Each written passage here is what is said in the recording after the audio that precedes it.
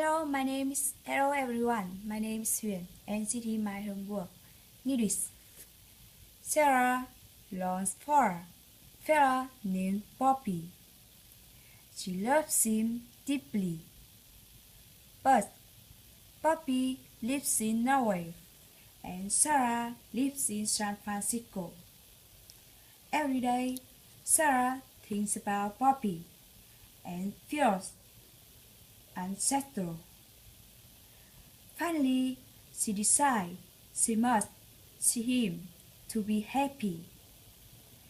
She flies to Norway to retrieve him and bring him back to San Francisco.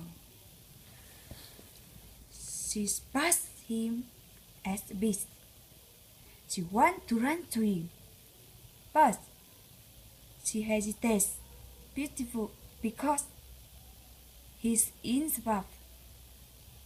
She's shocked and startled because he's with the beautiful, pasty woman who is also in the bath. Sarah starts to cry. Then she runs away. She returns to San Francisco. Sarah and Poppy never cross paths again.